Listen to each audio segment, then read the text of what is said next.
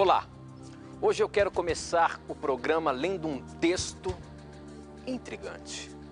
Preste atenção, encontra-se em Levítico capítulo 21, a partir do verso 16, diz o seguinte: O Senhor Deus disse a Moisés o seguinte, agora o verso 18: Nenhum homem com defeito físico poderá apresentar as ofertas, seja cego, aleijado, com defeito no rosto ou com o corpo deformado, ninguém com uma perna ou braço quebrado, ninguém que seja corcunda ou anão, ninguém que tenha doença nos olhos ou que tenha sarna ou outra doença de pele, ninguém que seja castrado, nenhum descendente do sacerdote Arão que tiver algum defeito poderá me apresentar as ofertas de alimento.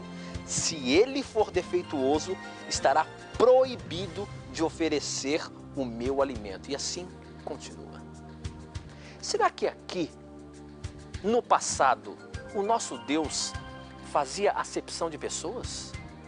Essas pessoas que foram descritas aqui na palavra de Deus não podiam ir ao templo? Não podia oferecer o seu sacrifício? Por que está escrito aqui? Por que isso está escrito aqui? Será que hoje Deus também faz acepção de pessoas? Bíblia Sagrada, o que tem aqui é a verdade. O que Deus quer dizer isso pra gente? O que Deus está querendo dizer com isso aqui pra gente? Esta e muitas outras questões você acompanha agora, pois está no ar, Na Mira da Verdade.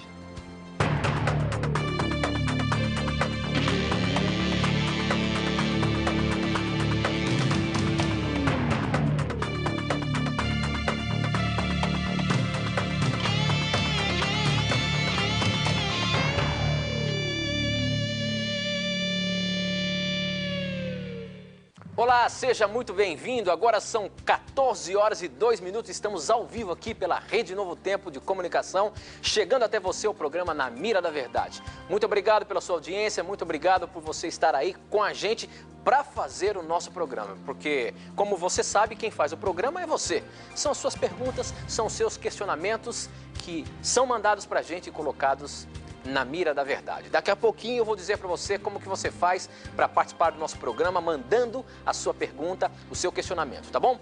Professor Leandro Quadros. Meu amigo Tito. Como é que está passando a semana, professor? Uma semana agradabilíssima, graças a Deus. Apesar de a minha filhinha ter ficado um pouco gripada e não dormido muito bem. Isso também quer dizer que o papai também não dorme, é isso? Consequentemente, o papai e a mamãe não dormem muito bem também. Mas, graças a Deus, tudo é festa, tudo é alegria, né? Eu tenho aqui uns abraços, Tito, para mandar rapidamente. Eu queria mandar um abraço para a irmã Marli Mancini, Edson Mancini e o Edsinho, eles são de Curitiba. Obrigado, queridos irmãos, por vocês acompanharem o Na Mira da Verdade. Um abraço também ao Marcelo Pereira, de Vitória, Espírito Santo, né? E um abraço ao Vitor Antônio da Silveira. Muito obrigado, que Deus abençoe a todos vocês. Ok, professor. Olha, professor, você viu aí que nós começamos o nosso programa hoje com um assunto, com um tema que está aqui na Bíblia, que quando eu li isso daqui, eu fiquei de cabelo em pé, professor. O que Deus está querendo dizer com isso aqui? Será que Ele está fazendo acepção de pessoas? As pessoas que têm, de repente, um defeito físico não podem adorar a Deus? Deus não aceita essas pessoas? Olha só o que diz o texto agora na íntegra, para a gente contextualizar você, nosso telespectador. A pergunta é a seguinte, professor. Explique pra gente o que quer dizer Levíticos capítulo 21, a partir do verso 16, que diz o seguinte: O Senhor Deus disse a Moisés o seguinte: Diga a Arão que nenhum descendente dele que tiver algum defeito físico poderá me apresentar as ofertas de alimento. Essa lei valerá para sempre. Olha o que diz aqui.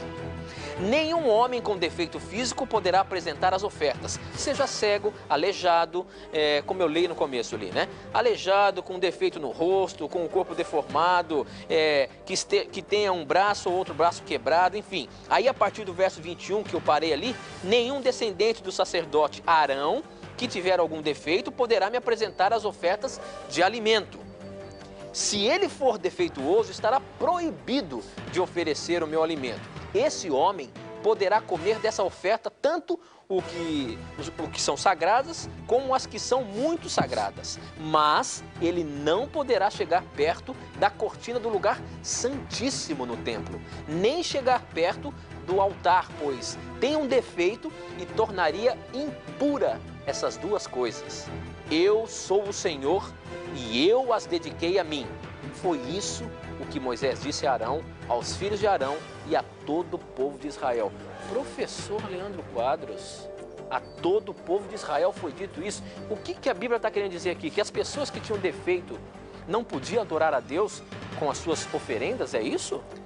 Esse é um texto interessante, Tito, pelo seguinte: há alguns ateus que tentam encontrar contradição na Bíblia e eles apresentam normalmente esse texto de Levítico 21 e também Deuteronômio 23. Eles apresentam esses textos para dizer que a Bíblia se contradiz, porque a Bíblia aqui em Romanos 2,11 diz assim, ó: porque para com Deus não há acepção de pessoas. Então alguns ateus argumentam, a Bíblia claramente se contradiz, porque em Levítico 21 e Deuteronômio 23, Deus diz que as pessoas com defeitos físicos não devem se aproximar dele. Agora em Romanos 2,11 é dito que Deus não faz acepção de pessoas. Como explicar essa aparente contradição? Na verdade, não há uma contradição. Se nós lermos alguns detalhes do capítulo 21 e entendermos o contexto histórico no qual foi escrito Deuteronômio 23, as coisas ficam fáceis de se compreender. Por exemplo, quando nós lemos Levítico aqui capítulo 21, uma coisa interessante é que no versículo 21 nós já começamos a obter uma resposta. Aqui diz assim: nenhum descendente do sacerdote Arão que tenha qualquer defeito poderá aproximar-se para apresentar ao Senhor ofertas preparadas. Veja, aqui está falando que nenhuma pessoa que fosse descendente do sacerdote Arão poderia participar como um sacerdote, diríamos assim, na apresentação daquela oferta a Deus. Então você está querendo dizer que era apenas para sacerdotes, professor? Exatamente, aqui há um detalhe importante, Tito. O defeito físico, o que Deus queria fazer? O povo de Israel era um povo rude e ignorante. Então Deus tinha que adotar maneiras didáticas para ensinar ao povo que Deus exige perfeição de caráter e que a obra de Deus é uma coisa santa. Então, para Deus ensinar ao povo de Israel que o sacerdócio era algo santo, o sacerdote que apresentasse essa oferta, ele não poderia ter defeitos físicos.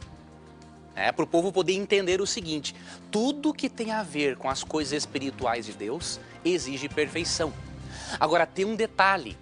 Aqui, no versículo 22 é dito que essa pessoa com defeito físico, mesmo não podendo ser um sacerdote, diríamos assim, aqui é dito assim: poderá comer o alimento santíssimo do seu Deus e também o alimento santo. Perceba, a pessoa não era excluída do plano de salvação. Simplesmente ela não tinha uma função como sacerdote para que o povo pudesse aprender que o sacerdote supremo, que é Cristo, que era o que representava ali o sumo sacerdote, ele era perfeito e sem pecado. E nós devemos atentar para uma outra coisa também. Quando nós vamos aqui para Isaías no capítulo 56, nós percebemos que essa classe de pessoas, elas não participavam do sacerdócio, para oferecer aquele ritual a Deus ali das ofertas. Só que há um detalhe: Deus não as excluía da salvação. E é o que está em Isaías 56, a partir do versículo 4, que diz assim, do verso 3: que nenhum estrangeiro que se disponha a unir-se ao Senhor venha a dizer: é certo que o Senhor me excluirá do seu povo. E que nenhum eunuco se queixe, dizendo: não passo de uma árvore seca. Pois assim diz o Senhor: aos eunucos que guardarem os meus sábados, que escolherem o que me agrada e se apegarem à minha aliança, a eles darei dentro do meu templo e dos seus muros um memorial e um nome melhor do que filhos e filhas, um nome eterno que não será eliminado. Então perceba, Deus jamais exclui pessoas da salvação. Ele não queria que aquelas pessoas com problemas físicos fizessem parte daquele ritual, porque havia um outro problema naquele contexto. Algumas pessoas que se convertiam ao Deus de Israel, eles, quando adoravam deuses pagãos, eles mutilavam o próprio corpo. E alguns até se castravam para adorarem seus deuses pagãos. Quer dizer, então, professor, que para os deuses pagãos era necessário eles se mutilarem para prestar um culto a eles. Exatamente. Então, Deus escreveu isso daí para separar também essa classe de pessoas, essa mistura de, vamos dizer assim, teologia, alguma coisa? Deus fez isso, Tito, exatamente. Ali em Deuteronômio 23, quando Deus pede para os castrados e com outros problemas físicos não se apresentar na congregação, é por causa disso, né? Porque algumas pessoas que vinham do paganismo tinham o corpo mutilado para adorar esses deuses. Então essa era uma maneira didática de Deus falar assim, olha, eu não aprovo a mutilação corporal. Okay. Né? Eu não aprovo, por exemplo, a mutilação genital feminina que existe hoje em alguns países da África. Por quê? Porque de acordo com 1 Coríntios 6, 19 e 20, o corpo do ser humano é sagrado para Deus. Ele é o templo do Espírito Santo. Então, qualquer agressão ao corpo nesse sentido é uma ofensa ao Espírito Santo. Então, como que Deus, Tito, iria ensinar as pessoas a respeito dessa verdade? É dando essa orientação aqui de Deuteronômio 23 e de Levítico 21. Então, resumindo, Deus ama a todos do mesmo jeito.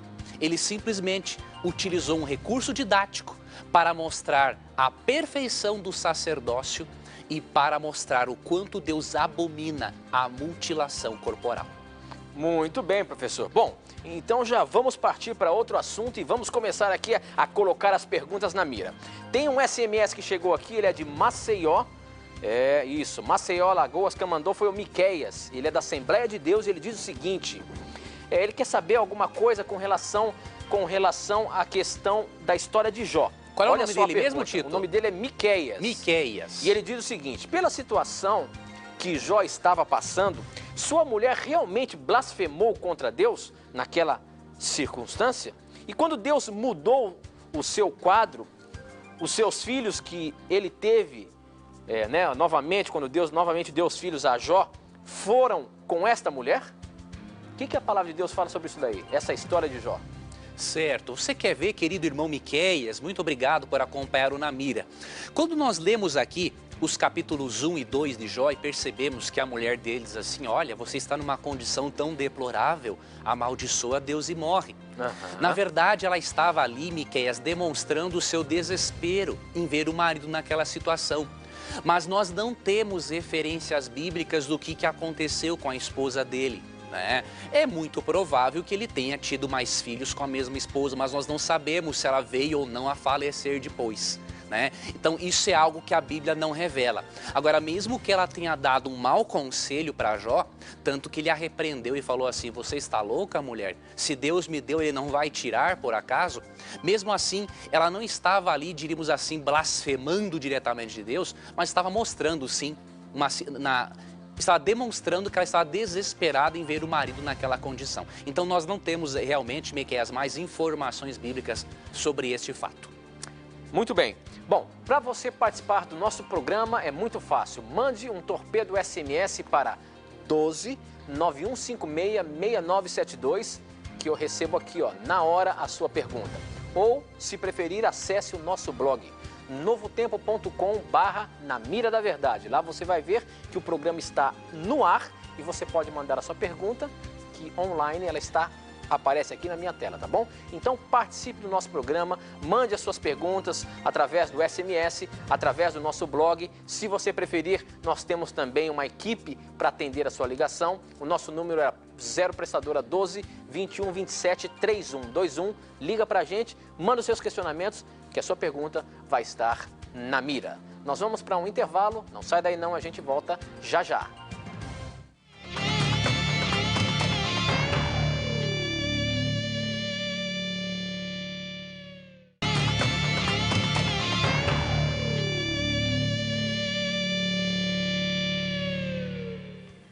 Já estamos de volta. Você quer saber como que você faz para conhecer aqui o programa Na Mira da Verdade? Quem sabe os bastidores do programa? conhecer semanalmente o que acontece no programa, como as coisas são tratadas, programadas para entrar no ar, você quer saber assuntos relacionados com o nosso dia a dia, siga a gente no Twitter. O nosso Twitter é Na Mira da Verdade, twitter.com/Na Mira da Verdade. Se você tem um Twitter aí e ainda não está nos seguindo, não perca tempo não, siga a gente lá e acompanhe tudo que acontece aqui no programa Na Mira da Verdade e saiba os assuntos de Bíblia que são postados pelo professor Leandro Quadros.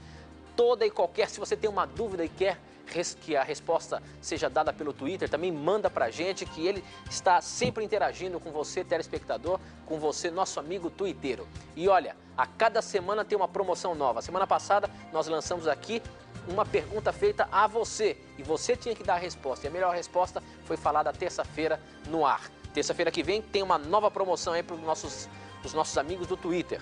Portanto, siga a gente no Twitter e acompanhe e desfrute tudo que acontece por trás das câmeras. Daqui a pouquinho eu vou mostrar um pouquinho aqui atrás das câmeras o que acontece no programa através deste aparelho aqui. Professor Leandro Quadros. Vamos, meu amigo. Olha aqui, as perguntas estão chegando, aquelas perguntinhas capciosas que eu geralmente falo aqui.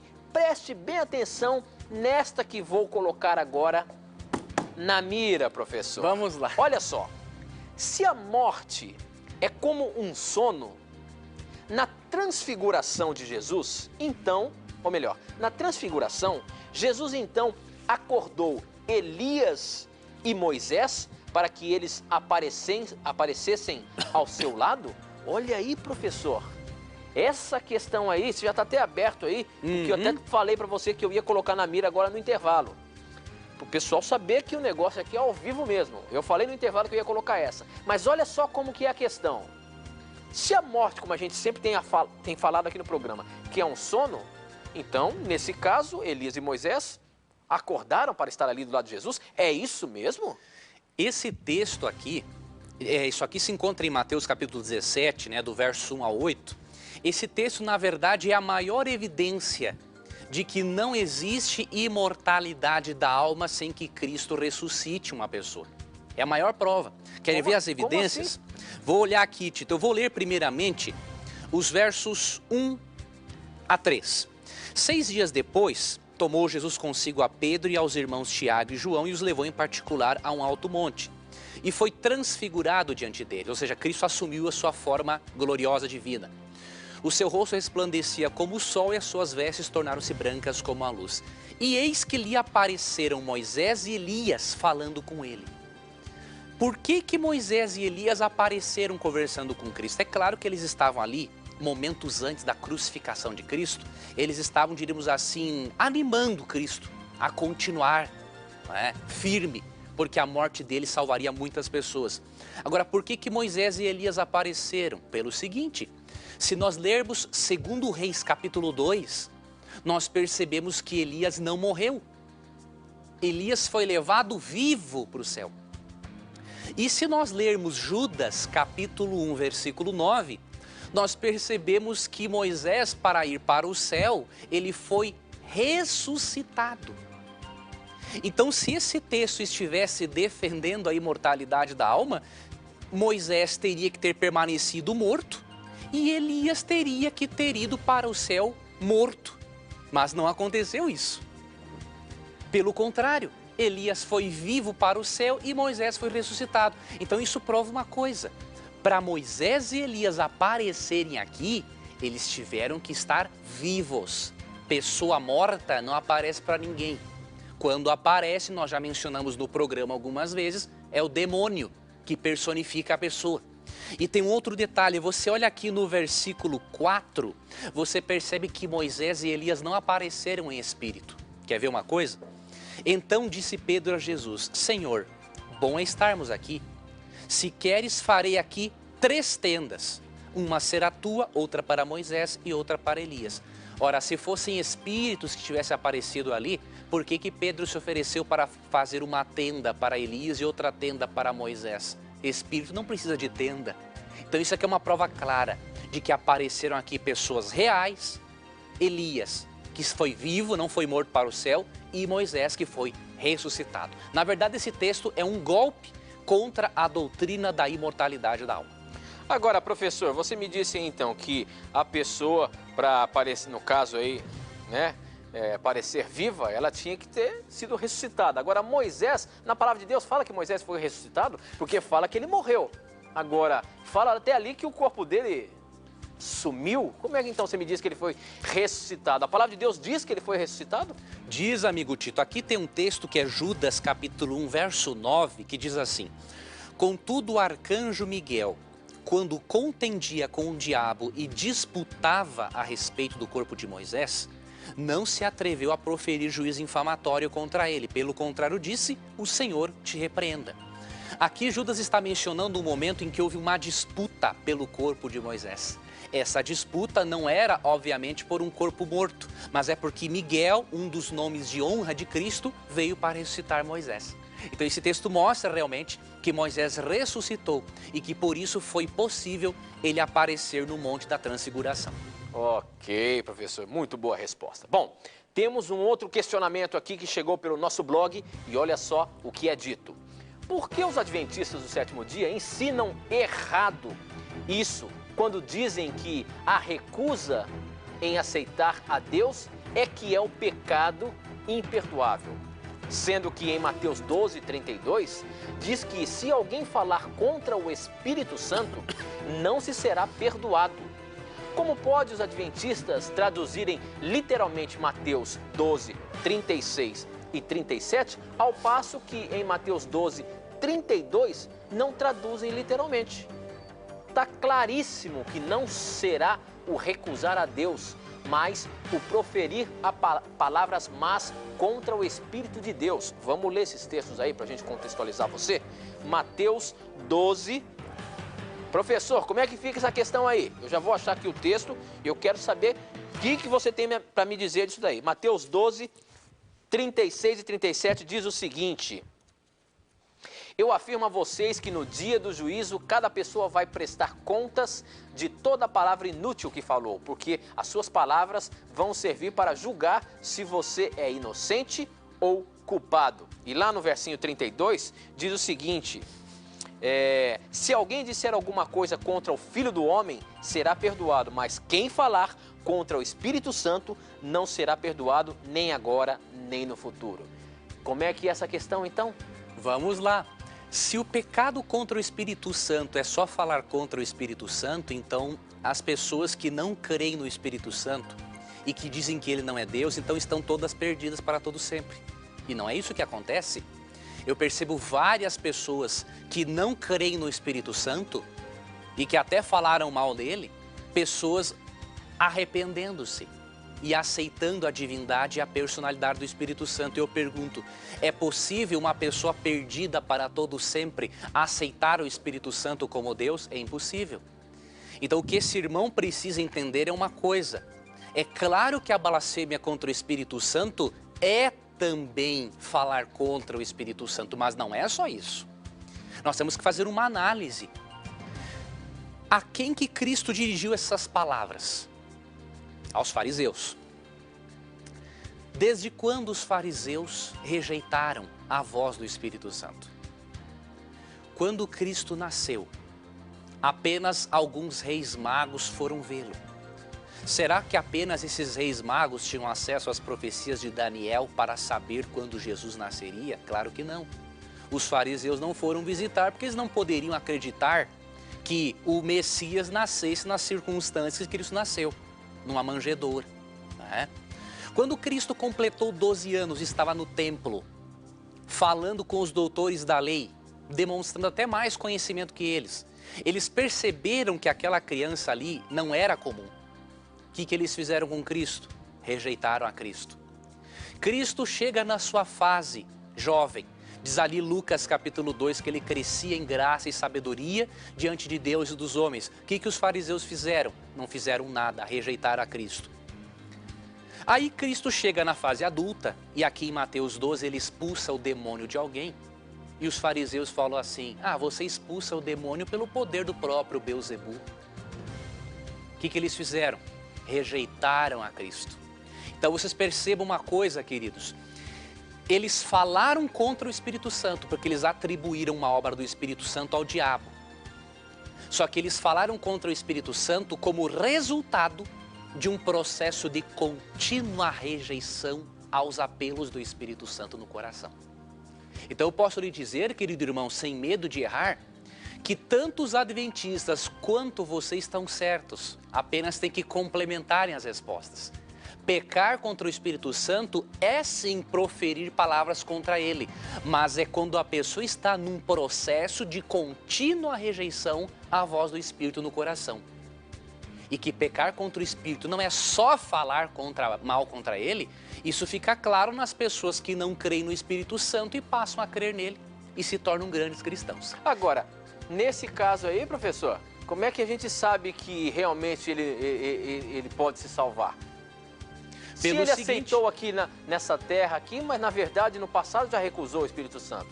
É o seguinte, Tito, de acordo ali em Atos 2:37, é dito que o processo de conversão, ele é acompanhado pelo arrependimento. Atos 3:19 também menciona isso. Então, a pessoa que comete o pecado imperdoável, ou seja, que negou tanto ao Espírito Santo que não tem mais jeito para ela é uma pessoa que não se arrepende mais. O coração dela fica endurecido, como ficou o coração de Faraó, ali em Êxodo capítulo 7 e Êxodo capítulo 8. Então, o fato de a pessoa se arrepender e mudar de vida, isso é uma prova clara de que o Espírito Santo atua nela. Porque se ele não atuasse, ela nem teria se arrependido. Ok, isso daí nos dá a certeza de que você ainda, se você tem o desejo de aceitar a Jesus, não importa o que você fez, você recebe o perdão de Deus. Exatamente. Você pode ser salvo, basta você aceitar e querer estar na presença de Deus, querer se arrepender dos seus pecados e seguir o nosso mestre, não é, professor? Exatamente, meu amigo. Muito bem. Bom, nós temos umas outras perguntas que chegam aqui pelo nosso blog, pessoal que manda por telefone. Essa aqui diz o seguinte: a Célia ligou pra gente e mandou uma pergunta, ela é lá de Maringá, do Paraná, e a pergunta é a seguinte: por que Deus disse não matarás, não furtarás, se Ele mesmo mandou matar várias nações e roubar as coisas destas mesmas nações? Capciosa essa pergunta? Capciosa. Pois então, não sai daí não. A resposta você acompanha no próximo bloco.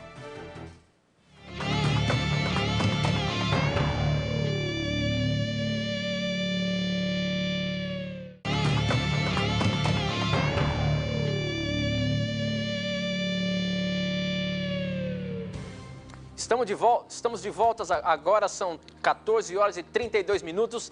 Deixa eu colocar a pergunta que nós deixamos aqui antes do intervalo. Professor Leandro Quadros, olha só, essa pergunta veio por telefone aqui, 0 operadora 12 21 27 3121. Quem perguntou foi a Célia, ela é de Maringá, no Paraná, e ela disse o seguinte: por que Deus disse não matarás, não furtarás, se Ele mesmo mandou matar várias nações e roubar estas mesmas nações? Professor, como que a gente pode defender o nosso Deus se existe uma situação dessa na Bíblia? Como explicar isso? Nós temos que analisar o seguinte, querida amiga que nos enviou a pergunta. O mandamento não matarás em Êxodo capítulo 20, ele foi dado por Deus a nível interpessoal. Ou seja, Deus deu uma lei na qual o ser humano algum deve matar um ao outro, a nível interpessoal. Agora, isso não significa que Deus, o legislador da lei, ele não possa utilizar outros seres humanos para executar a pena capital, né, contra determinadas pessoas que não quiseram se arrepender. Vou lhe ajudar a compreender isso. Por que Deus mandava o povo de Israel exterminar algumas nações pagãs? Não eram todas. Se você ler, por exemplo, Deuteronômio 20, 13 e 14... você percebe que em alguns momentos Deus pedia que as crianças fossem preservadas e outros momentos não. Você vai entender agora o porquê. Eu vou ler para você um primeiro texto aqui, que se encontra em Gênesis 15, verso 16, que diz o seguinte: na quarta geração tornarão para aqui, porque não se encheu ainda a medida da iniquidade dos amorreus. Os amorreus era um grupo pagão que faziam várias barbaridades. Entre elas, eles faziam o quê? Eu vou ler para você um outro texto aqui, que é Deuteronômio 7,16. Deuteronômio 7,16, que diz o seguinte: consumirás todos os povos que te der o Senhor teu Deus. Os teus olhos não terão piedade deles, nem servirás seus deuses, pois isso te seria por ciladas. Agora, olha o verso 4 do capítulo 9 de Deuteronômio. Quando, pois, o Senhor teu Deus os tiver lançado diante de ti, não digas no teu coração, por causa da minha justiça é o que o Senhor me trouxe a esta terra para a possuir. Porque pela maldade destas gerações é o que o Senhor as lança de diante de ti. Aqui diz que esses povos eram muito maus. E por isso Deus teve que executar a pena capital contra eles. Mas, Leandro, que maldade era essa que esses povos mereceram a morte? Você vai ver agora. Deuteronômio, capítulo 12, verso 31. Não farás assim ao Senhor teu Deus, porque tudo que é abominável ao Senhor e que Ele odeia, fizeram eles a seus deuses, pois até seus filhos e suas filhas queimaram aos seus deuses. Você lembra de Gênesis 15:16, quando Deus disse que a iniquidade dos amorreus não se encheu? Esse texto está fazendo menção ao período em que Deus tolerou os amorreus. Sabe quanto tempo? 400 anos. Por cerca de 400 anos, Deus tolerou esses povos, sacrificando os filhos para deuses pagãos, praticando relações sexuais com animais e muitas vezes abusando sexualmente dos próprios filhos. Como é que nós vamos dizer que Deus é injusto em executar a pena capital sobre nações que por séculos negaram aos apelos de Deus para o arrependimento? Aquelas nações, querida amiga, se tornaram uma gangrena moral. E Deus, como médico divino, Ele tinha que amputar aquela parte do corpo para que o resto do corpo não fosse contaminado. Então precisamos entender as ações de Deus com base em todo o contexto histórico no qual viveu o povo de Israel. Deus mandou não matar, mandou, a nível interpessoal. Agora, como legislador da lei, Ele executou aqueles que sacrificaram seus filhos a deuses, que faziam sexo com animais e que não quiseram se arrepender. Ok, professor, e Deus erra? Olha só o questionamento aqui. O Marcelo, que ele é do Rio Grande do Sul, ele até apelou pra gente aqui. Eu nunca vi vocês responderem uma pergunta aqui do Sul. Olha aí, professor. Opa! Rapaz, Marcelo, tem que assistir bastante Na Mira da Verdade, mas a sua pergunta agora está na mira. Professor Leandro Quadros, o Marcelo, lá de São Leopoldo, eu imagino, porque ele colocou São Léo, eu acho que é de São Leopoldo, né? São Leopoldo. Então, o Marcelo de São Leopoldo pergunta o seguinte: Marcelo, seu SMS que você mandou está na mira. Por que Deus criou Lúcifer sabendo que Lúcifer iria se voltar contra ele? Isso não quer dizer que Deus também erra?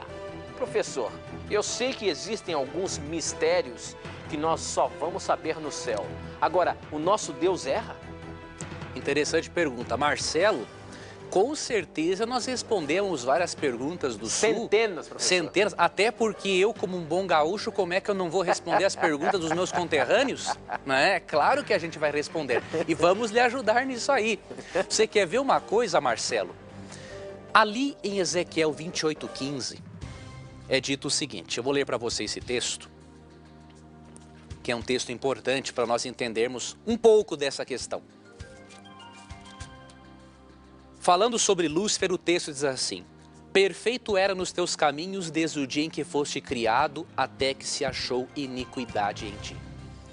A Bíblia, ela não nos diz muito sobre o assunto. O que ela nos revela é o seguinte, que Deus criou Lúcifer perfeito até que um dia se achou a iniquidade nele.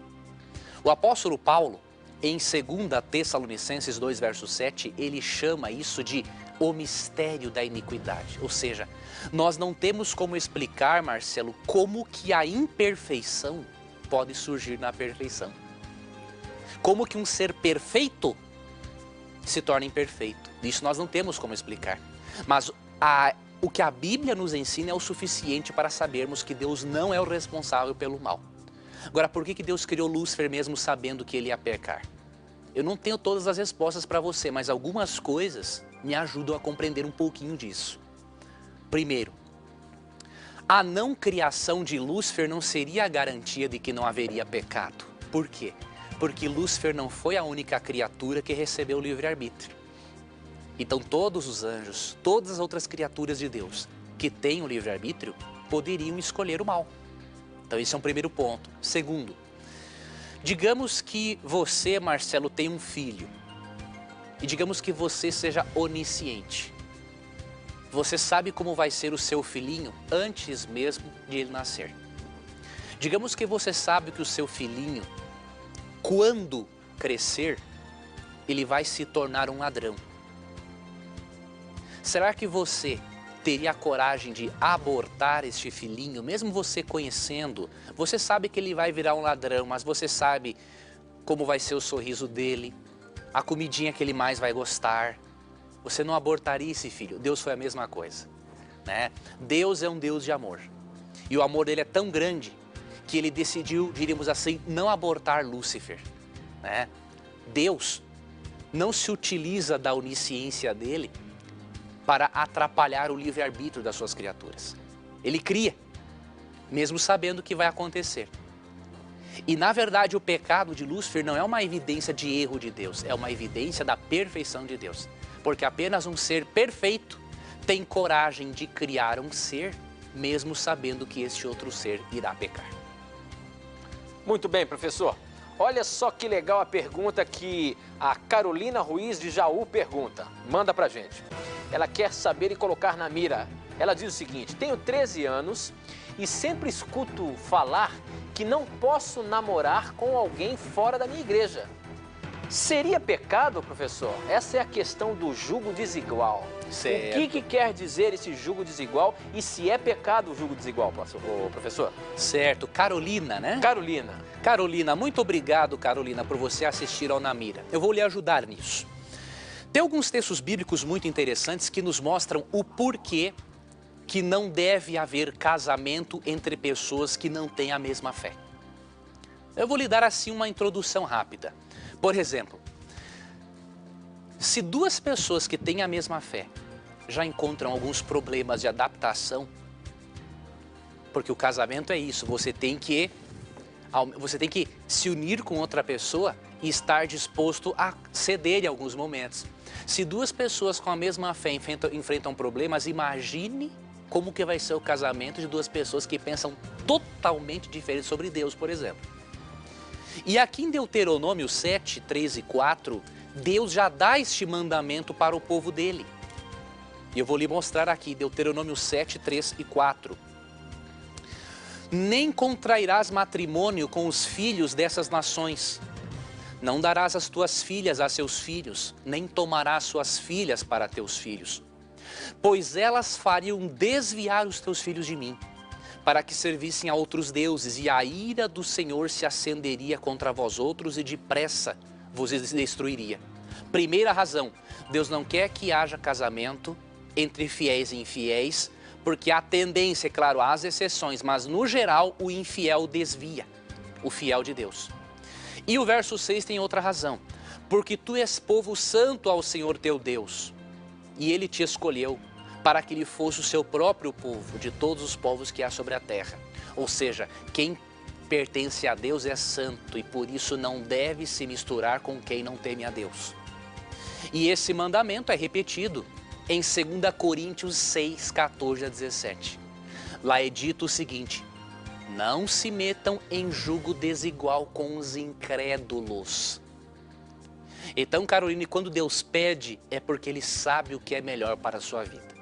E se Deus diz um não, saiba que por trás de cada não de Deus há uma bênção. E por isso o melhor é obedecer ao Senhor.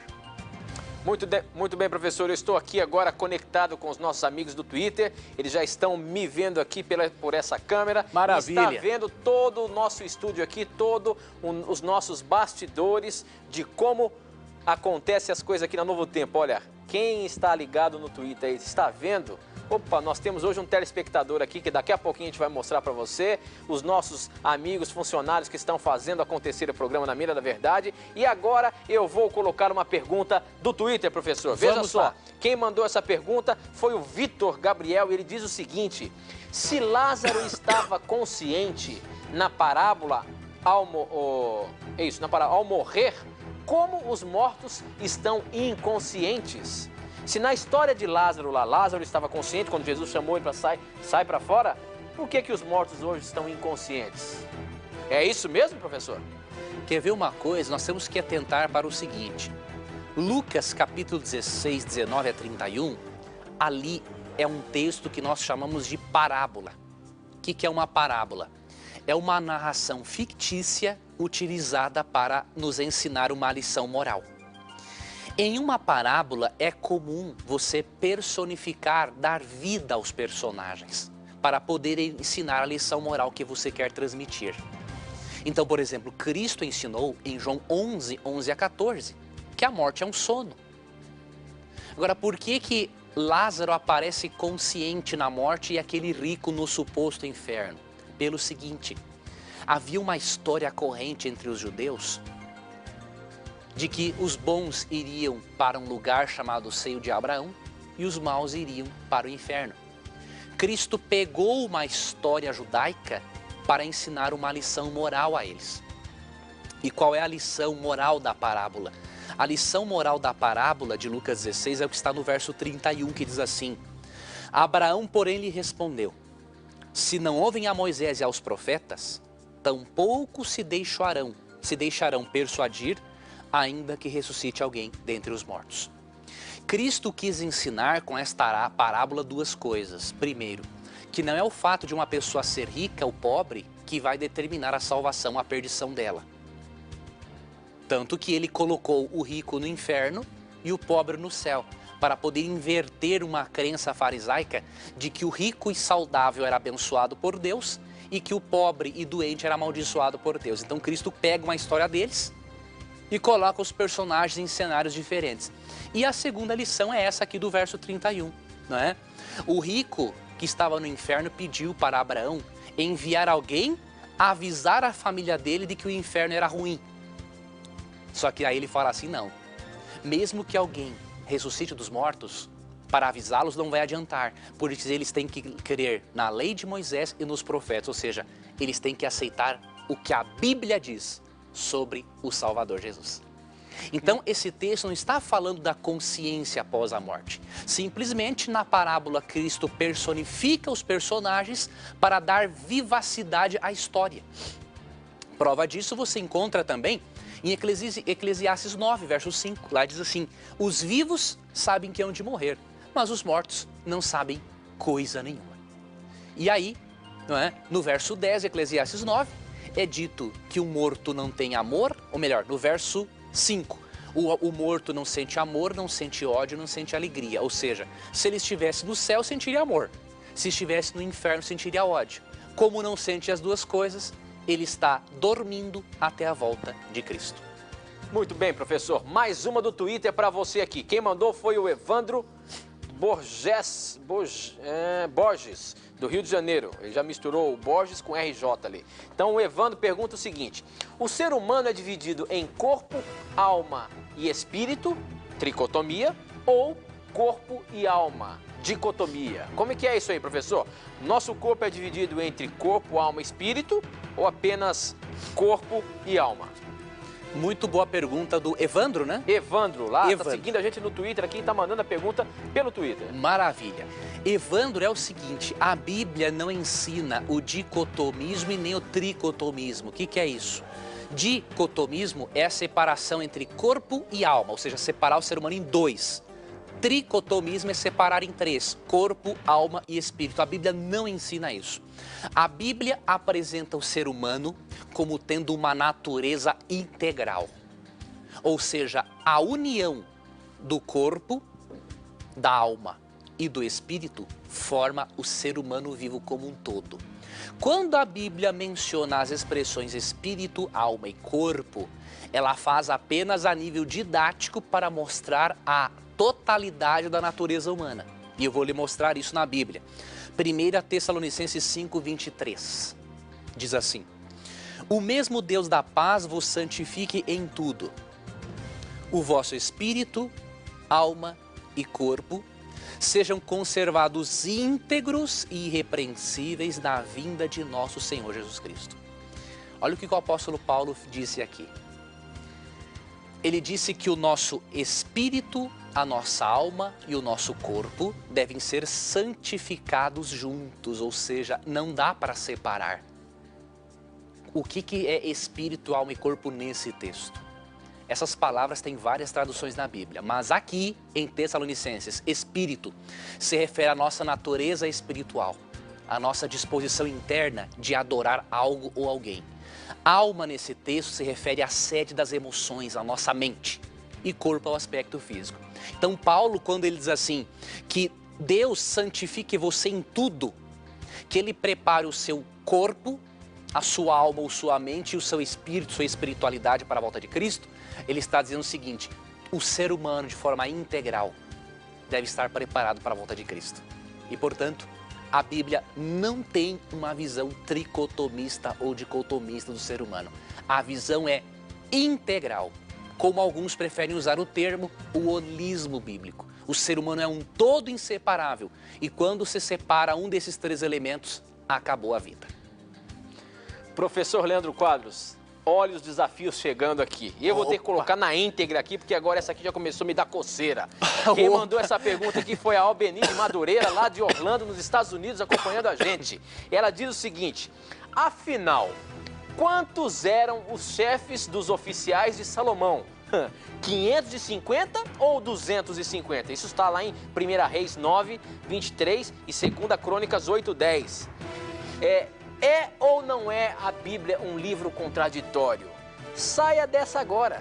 Mas já sei, não vão pôr a minha pergunta no ar, pois o excelente professor Leandro Quadros não terá como responder. Professor Leandro Quadros, esse é o desafio. Quero ver a sua resposta aí agora, professor. O nome dela é Albeni Madureira. Ela está lá nos Estados Unidos, em Orlando, mandando pelo nosso blog, professor. Certo, Albeni. Vamos lá, se você tiver outras perguntas, Albeni, deste tipo de tema, né, que você crê que pode haver contradições na Bíblia, eu te passo inclusive o e-mail do Na Mira da Verdade para nós continuarmos um diálogo, né? É namiradaverdade@novotempo.org.br. Você pode enviar quantas perguntas você quiser, né? E na medida do tempo eu estarei à sua disposição para tentar lhe ajudar, tá bom? Nós temos que levar em conta uma coisa, Albenir. Alguns cristãos defendem a chamada inerrância bíblica. O que é a inerrância bíblica? É a crença de que a Bíblia é perfeita tanto doutrinariamente quanto ortograficamente. Ou seja, Deus ditou inclusive cada palavrinha do que está na palavra de Deus. Mas não é assim. A Bíblia é inerrante sim, doutrinariamente. Mas não ortograficamente. Por quê? Porque a Bíblia é a perfeita palavra de Deus no imperfeito sotaque e linguajar humano. Quando você vê algumas diferenças numéricas em crônicas, em reis, não é? Que tem várias, você precisa atentar para algumas coisas. Muitas vezes o profeta ele cita um número de forma arredondada, outro cita de forma específica. Há um outro detalhe também, dependendo do manuscrito no qual o tradutor se baseia, os números mudam, né?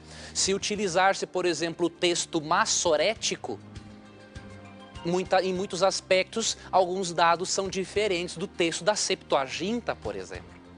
Então não é uma contradição, é simplesmente, né, uma visão de um acontecimento sobre perspectivas diferentes. Com certeza, vou te dar um exemplo em Mateus capítulo 8. Ali mencionam-se 2 possessos vindo em direção a Cristo. Marcos fala que foi só um. Isso é contradição? Não é contradição. Sim, eram 2, só que um deles chamou mais a atenção do outro. Porque Deus inspira o profeta, mas o profeta escreve a Bíblia de acordo com a sua percepção do mundo. Então isso não é necessariamente uma contradição. Se, por exemplo, Albenir, você e eu vermos um filme e nós descrevermos o filme de maneira diferente, isso não quer dizer que você está errado e eu também. Simplesmente nós temos uma visão de mundo diferente.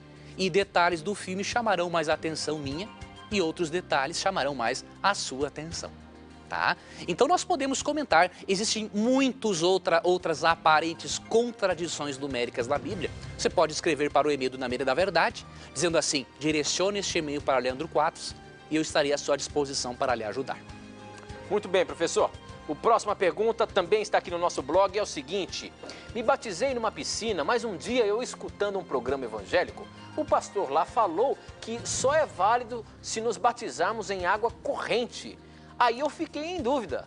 Me tira essa dúvida aí, professor. E aí, professor? É isso mesmo? Só em água corrente que vale o batismo? Olha, esse pastor que disse Temos isso... apenas um minutinho, hein, professor? Um minutinho, então vamos lá. Esse pastor que disse isso, ele está mais por fora que arco de barril, né? Não é assim. A palavra batismo, né, do grego baptizo, significa mergulhar, afundar. E quando você vê a arqueologia, por exemplo, os arqueólogos descobriram várias igrejas cristãs antigas, onde atrás dessas igrejas haviam tanques para batismo. Então é claro que o batismo não é em águas correntes apenas. O importante no batismo é a pessoa ser mergulhada na água, né? Agora, se é água corrente ou não, isso não importa, porque o batismo é um simbolismo, de acordo com Romanos 6,4. Quando você é mergulhado na água, você demonstra que está morrendo para uma vida de pecado. Quando você é erguido nas águas, você está demonstrando que você é ressuscitado para uma nova vida com Cristo. Portanto, não se preocupe com isso. Se você foi batizado por imersão, não importa se foi num rio, se foi num tanque. O importante foi você demonstrar publicamente que Cristo é o seu Salvador, cumprindo assim a ordem de Cristo em Mateus 28, 18 a 20, Marcos 16, 15 e 16. Muito bem, professor. Chegamos ao final de mais um programa Na Mira da Verdade, agradecendo a sua audiência, a sua companhia, por você estar aí ligadinho com a gente. Professor, nós nos encontramos na terça-feira à noite, às 9 da noite, ok? Vamos lá, vai ser um prazer. E aí no Twitter durante todo momento, né, professor? Isso, daqui a pouco nós vamos conversar um pouco mais no Twitter com nossos amigos. E sempre que postarmos algo diferente no blog, estaremos comunicando também. Um abraço, Tito, a você, um abraço, querido telespectador, amigo internauta. E nunca esqueça, sempre que você tiver a coragem de perguntar a Bíblia, a palavra de Deus, terá coragem de lhe responder. Muito bem, professor. Neste programa aqui, todos os seus questionamentos, todas as suas perguntas sempre estarão na mira da verdade. Até o nosso próximo encontro. Tchau!